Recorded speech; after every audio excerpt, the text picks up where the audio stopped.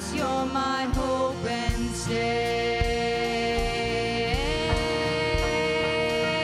Lord, I need you. Oh, I need you. Every hour I need you. My one defense, my righteousness. Oh God, how I need you. Lord, I need you. Oh, I need you. Every hour I need you. My one defense, my righteousness. Oh God, how I need you. My one defense, my righteousness. Oh God, how I need. Hi, I'm Skip Johnson, Associate Pastor here at Canton United Methodist Church. We're back on the prayer trail, back behind the church, and just a few comments just to share very quickly. I was reading an article this week, and it was talking about how for all of us, there are times when the rug gets pulled out of our lives and we fall. Things come apart. And it reminded us that there are really two things that can happen during that time. We can either kind of wake up to what's going on, or we can kind of go to sleep and just let me get past this. You know, the word anesthetize means to cancel the pain, to not feel the pain. When we're anesthetized during surgery, we get injections so that our brain just isn't aware that the pain is going on. And there are times when that can really be important to do.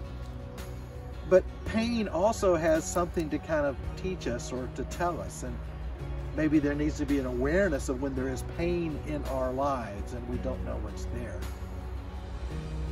Throughout the Bible, and especially the New Testament, you have references to waking up or to sleep. To wake up from sleeping. Remember when Jesus is in the garden with his disciples and he keeps going over and going, guys, you need to wake up. Something significant is going on here. Sleep is used figuratively throughout the Bible as a place of dullness or just simply not an awareness of what's really spiritually happening.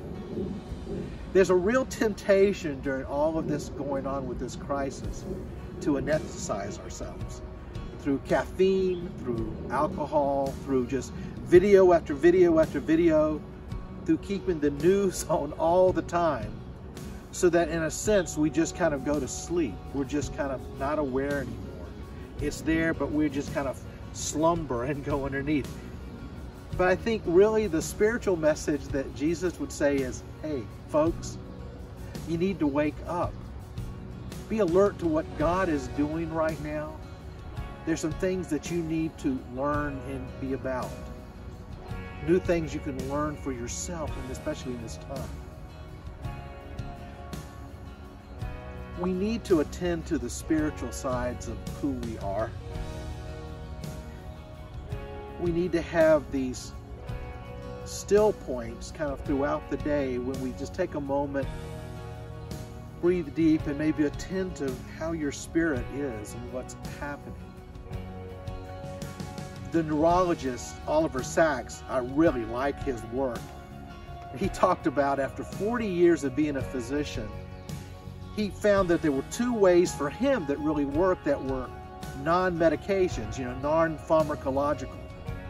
And those two things for him that helped to slow him down and change the matter of how his brain operated were gardens and gardening and music.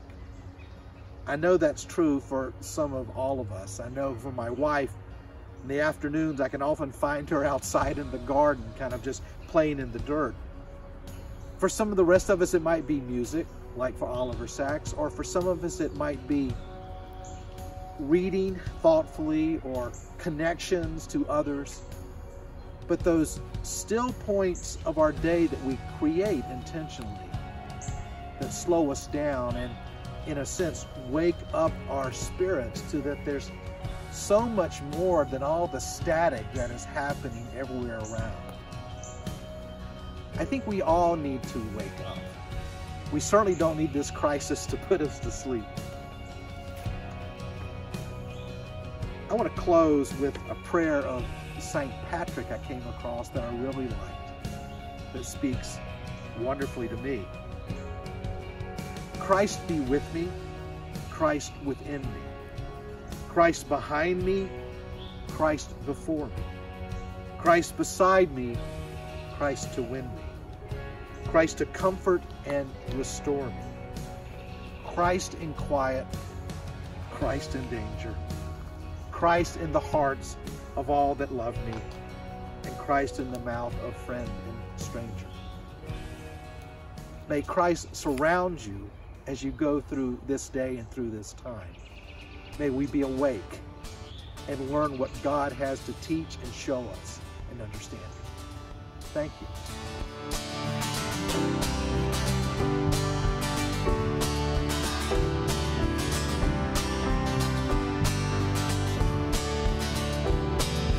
You are not alone if you are lonely. When you feel afraid, you're not the only. We are all the same, in need of mercy, to be forgiven and be free. It's all you got to lean on, but thank God it's all you need. And all the people said amen. Whoa.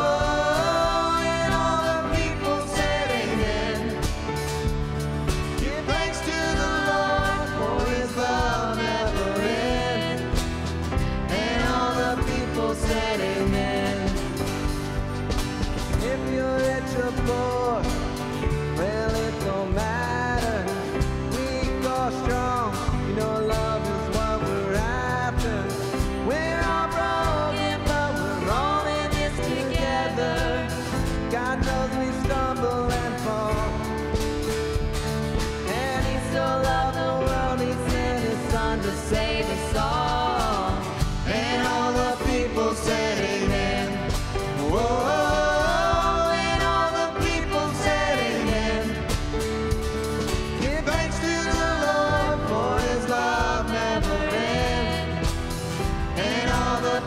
Said amen. Blessed are the poor in spirit who are torn apart. Blessed are the persecuted and the pure in heart. Blessed are the people hungry for another start. For this is the kingdom of God. And all the people said amen. Whoa. Whoa, and all the people said amen. Give thanks to the Lord, for His love never